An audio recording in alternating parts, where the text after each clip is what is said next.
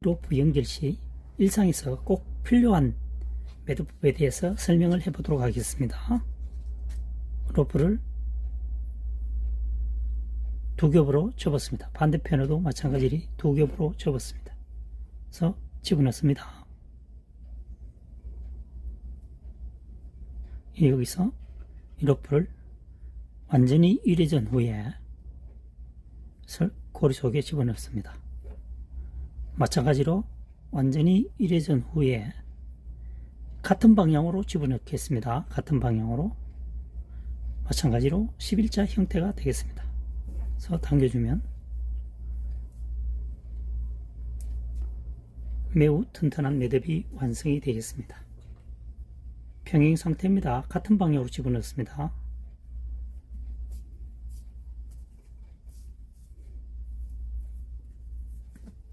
자, 두 겹 접고 반대편 로프도 두 겹 접고 겹칩니다. 여기서 로프를 1회전 이상 1회전 했죠. 1회전에서 고리 속에 집어넣습니다. 반대편에도 마찬가지 로프를 원가닥을 1회전 하고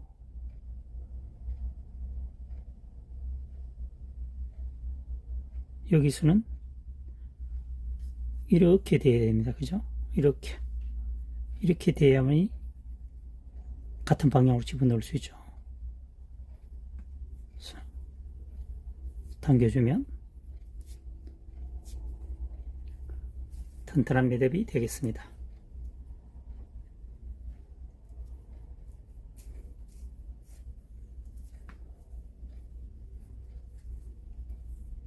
여기서 두 겹, 반대로도 두 겹이죠. 집어넣습니다. 그래서 한번 완전히 회전을 해야 되죠. 완전히 회전을 하니까 뒤에서 집어넣어야 됩니다. 직공. 마찬가지로 완전히 회전하고 하니까 반대로 교차가 되죠. 그러면 이것을 반대로 돌려야 되겠죠. 완전히 회전하고 집어넣게 되면 끝 로프가 같은 방향으로 나오게 되죠. 11자 형태, 평행 상태가 되겠습니다. 키포인트가 그겁니다. 그래서 마지막 마무리가 어떻게 처리하느냐에 따라서 방법은 달라질 수가 있습니다.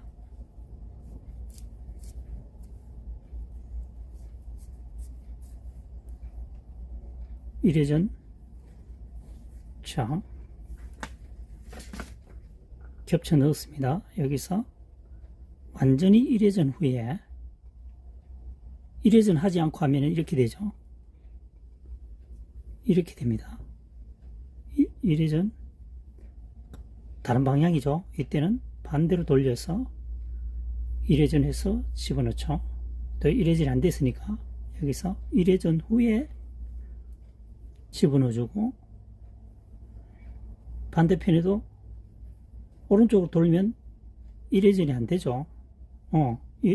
지금은 또 되네요. 자, 되고 반대로 돌렸을 때는 어쨌든 중요한 것은 1회전만 하면 됩니다. 1회전만 하면 되겠습니다. 어떤 데는 안 되는 경우가 있죠.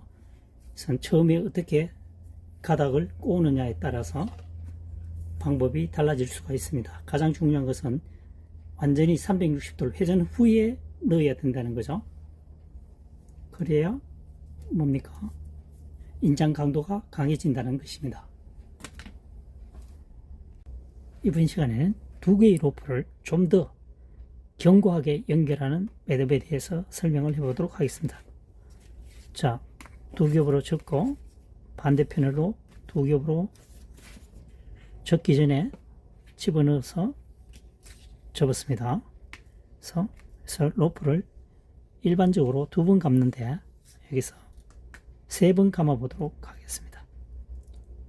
두 번 감으면 되겠네요. 여기서 로프를 반대편 고리에 집어넣어 줍니다. 마찬가지로 여기도 두 번 감아줍니다. 감아주고 첫 번째 넣었던 끝가닥 있죠? 같은 곳에 집어넣습니다. 그러니까 끝가닥이 지금 평행이 되는 거죠. 나란히 들어왔으니까요. 당겨주면 매우 견고한 매듭이 완성이 되겠습니다.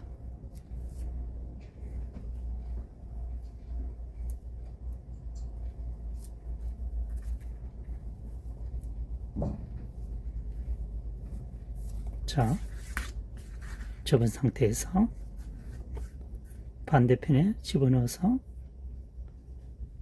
두 번 감아줍니다. 두 번, 한 번, 두 번 감았죠. 이것을 반대편 고리에 집어넣습니다. 반대편 고리에 집어넣습니다. 넣고 이쪽에도 마찬가지로 두 번 회전을 합니다. 두 번 고리 속에 집어넣었던 고리 속에 같이 집어넣어줍니다.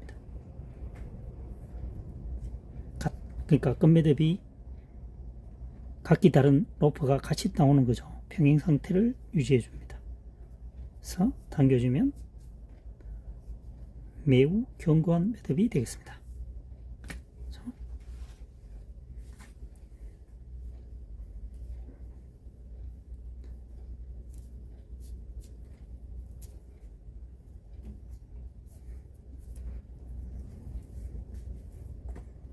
자, 다시 한번 설명해 보겠습니다. 로프를 두 개 겹쳤습니다. 이번엔 조금 색다르게 묶어 보도록 하겠습니다. 자, 두 번 회전했습니다. 하고 이 두 개의 로프 만나는 부분에 중간에 집어넣겠습니다.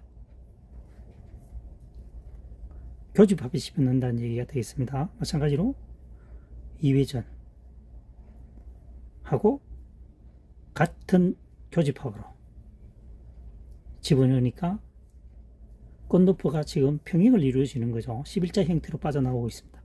그래서 당겨주면 매우 견고한 매듭이 완성이 되겠습니다.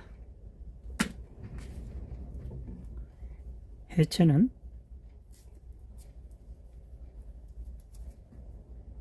같은 방향이죠.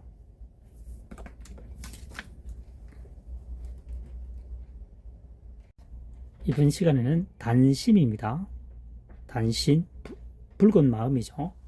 속에서 우러나오는 정성스러운 마음이 단심이라고 되어 있습니다. 자, 붉은 단자를 파자 분석을 통해서 학습을 해보도록 하겠습니다. 여기서 가장 키포인트는 머리 두자를 찾아내는 겁니다. 머리 두자가 보이죠? 그 다음 덮을맥입니다. 사실은 덮을맥은 짧죠. 큰 것은 성경멀경입니다. 성에서 머리를 풀다 설명하면 조금 애매하죠. 여기서 머리를 덮으니까 무거운 철모를 쓰면 얼굴이 붉어지죠. 그래서 붉을 단자가 되겠습니다. 머리 두, 덮을맥. 머리에 무거운 것을 넣게 되면 붉어진다는 얘기죠. 얼굴색이 붉어진다. 붉을 단이 되겠습니다. 그 다음 마음신자입니다. 마음신. 여기서는 걷는 사람인을 찾아내야 됩니다. 걷는 사람인이죠. 우리가 알고 있는 사람인. 그 다음 걷는 사람인은 이렇게 되죠. 걷는 사람인은 왼발 뒤에 가는 발. 하나는 뻗고 하나는 접어야 되겠죠. 걷는 사람인이 되겠습니다. 그 다음 거듭첩입니다. 거듭첩. 사람이 어떻게 됩니까? 거듭하다 보면 마음에 동요를 일으키게 되겠죠. 좋아할 수도 있고 싫어할 수도 있고, 또는 불똥주로 해석하게 되면은 걷는 사람 속에 불똥처럼 계속 어떻게 됩니까? 심장이 박동을 띄고 있다는 얘기가 되겠습니다. 그래서 마음이 설레고 있다. 마음이 시시각각으로 변하고 있다. 이렇게 풀이해도 됩니다. 2024년 한자학습 풀이 방법도 그 사람의 어떤 보는 관점에 따라서 여러 각도로 풀이 해석이 되겠습니다. 정답은 없습니다.